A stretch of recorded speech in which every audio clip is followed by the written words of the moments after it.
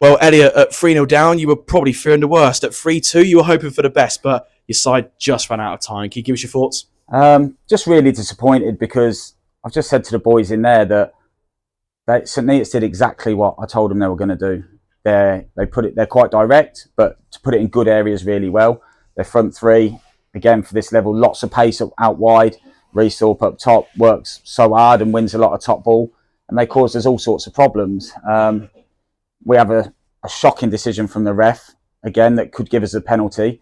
But then at the same time, we were under the cosh there. And St Neots I'd say were better on the day, and they thoroughly deserved their win. But at the same time, it took us about an hour to really get going. And that's what I've said all along with this team, that we'll never say die.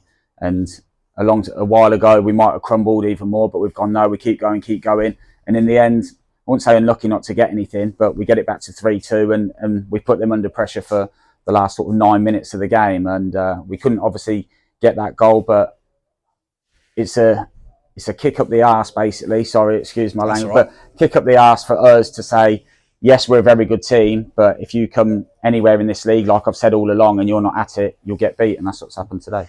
Two-part question on Ty Ward. You gave him his first start tonight after his recent impacts from the bench.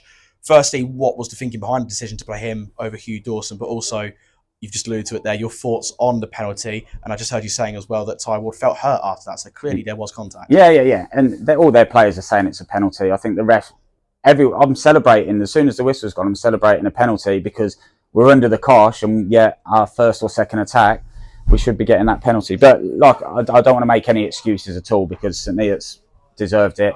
Ty coming in, Hugh had been struggling a bit with an ankle injury, and we felt the way with our squad, Ty can come in. Obviously, he's come in to play football, and he's come on and done well for us. So I felt he deserved his opportunity. Obviously, 2 early injuries kill us as well, so that upsets the rhythm. So that's something we're going to have to monitor. But like I said, full credit to St Neots tonight, because to a man, they were well up for it. And unfortunately, for 60 minutes, we weren't. You touched on it there. You had injuries in the first half, which obviously didn't help your cause. Joel Nketiah and Ollie Brownhill both going off. How are they at the moment? Yeah, they're 2 big players for us. So Joel's is an impact injury, so we'll have to monitor that. Hopefully not too bad. Ollie's looks possibly a bit more serious, so we'll have to see how that is over the next few days. But yeah, at the same time, I think Ray come on and show flashes of what he can do. A different type of player to Ollie, but obviously we've got him in there as well. Like Hugh's come on, we know they're good players. Just we give away some poor goals, and we started the second half quite well.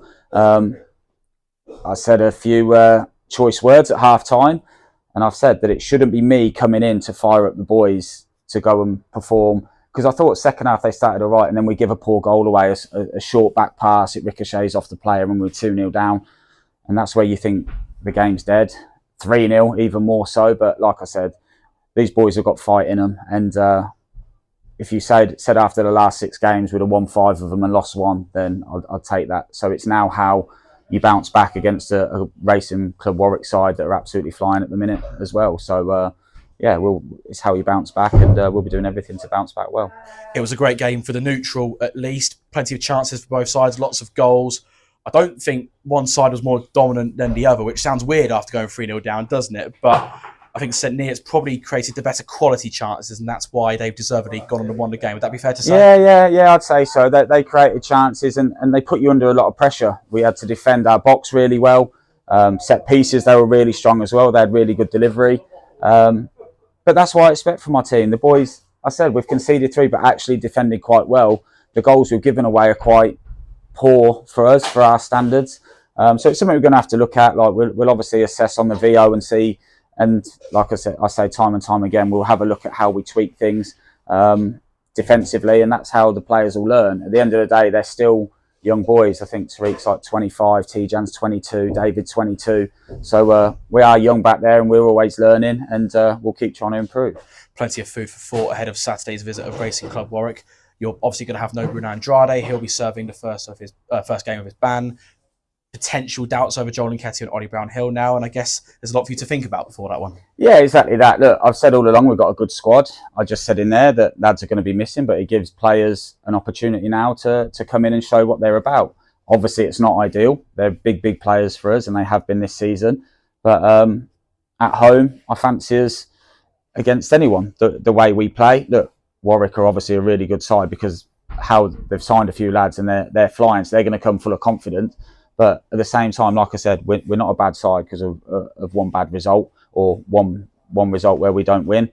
So yeah, we just have to bounce back well. We'll see what we've got, and we'll still go into that with the same mentality that we can get a positive result. I suppose you'll have to have a bit of a head count before Saturday as well. Do you think perhaps the absentees for that one might potentially force your hand with regards to bringing players in, possibly? Yeah, potentially. So Ethan got minutes tonight for Bugbrook. So I don't know how he got on. So we'll check in with him after he's had his injury. So he needed some game time. And yeah, we've got a few walking wounded, but as you've seen there, we've had lads who have been playing through injuries and stuff and giving everything for the badge, giving everything for me, everything for the club. It's just a shame it happened after an hour today. Not that they weren't giving the effort, but when one team's really up for it, which St Neots were, because when you win 5 in a row, everyone wants to be that team that beats you and takes that off you, especially with Nunny obviously here as well with history with the club. He's going to get them all fired up. Cam as a player was exactly the same. I knew they'd be so fired up, and that's why I'm disappointed a bit, because we didn't match their intensity, particularly in the first half, and I think that set us on the back foot. And just your reaction to the FA Trophy draw that was made yesterday.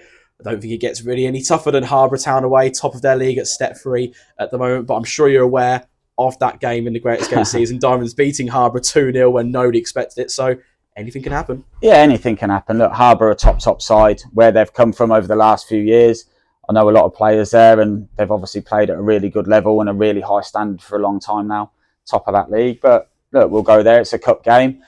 We'll have a big travelling support. We had a great travelling support tonight, so I mentioned to them they were fantastic, and they kept behind the boys, and it's actually them who probably spurred us on to get them goals, and I'm just sorry that we couldn't get that third one for you.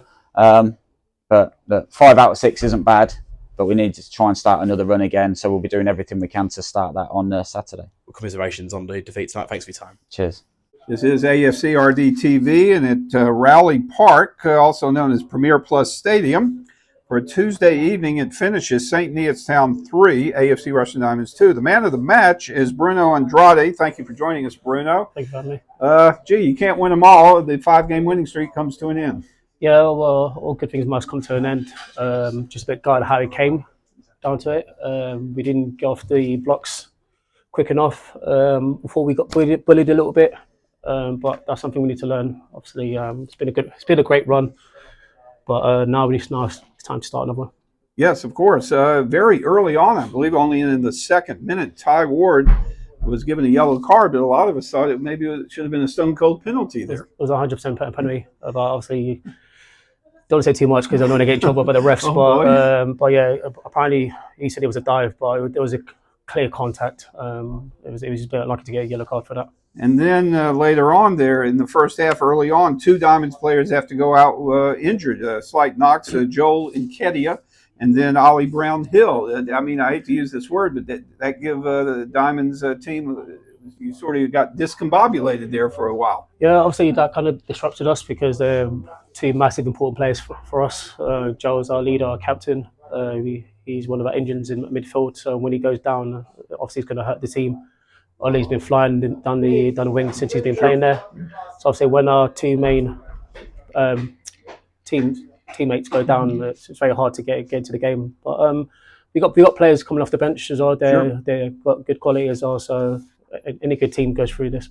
So Thorpe scores a goal for St Neots in the 40th minute, and you're down only 1-0 at halftime. How did Elliot Sandy react to the players at halftime? Well, I can't exactly say what was said in the change room, but yeah, it wasn't good, but it was well deserved. Gave you a good pep talk. Yeah, we got this Alex Ferguson treatment, and we deserved it because if he didn't do it, then one of the boys, myself or anyone, would have done it. We needed a little kick up the backside, and which worked in the second half because obviously we was lacking that bit of fight in the second half. And we came out, and as you can see, even though we won the second half, we still wasn't enough. Oh, sure. But after falling behind in 3-0, you score a brace there late in the second half, 73rd and 85th minute. So briefly, your 2 goals there, tell us about them. Yeah, I'm a striker, so I always try to be a vision where the ball's going to drop. Luckily, fell to me. What was the first one? The first one, great work by Dave, done the right hand side. Yes. I just put off my man, and I just wanted to get a touch and get my shot off, and it went in. And then obviously the second goal was a long throw, caused problems, and I was just there, right place, right time to slot it home. Well, if we had had maybe another 4 or 5 minutes of added time, we might have gotten an equalizer. Who knows? Well, I'm a bit confused because the ref said we had 3 minutes, and then 10 seconds later, lost attack of the game. So I was a bit confused about that one as well. But yeah, we were pushing for the equaliser, and Sure. I believe we would have got it. I suppose the team will have training, practice on Thursday. I think Thursday we're off, so I think obviously a few of the boys will have to try and manage their niggles.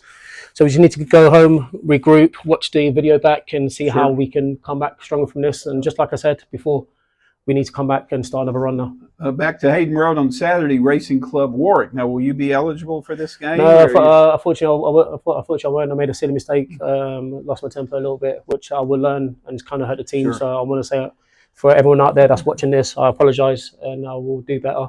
So, but I've got faith in my teammates. Whoever's out there, they're going to put in a shift and try and get a result.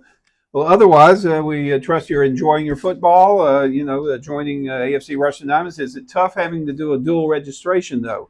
No, look, I'm loving it. I'm loving it. I feel the love from the fans. Like, it doesn't go unnoticed, or the love and support that I receive on and off the pitch. So again, I'm very grateful and humble for the support I receive. All right. Well, Bruno, thanks for your time and a great effort tonight, even despite the loss for Diamonds. Thank you very much. Cheers. Thank you very much.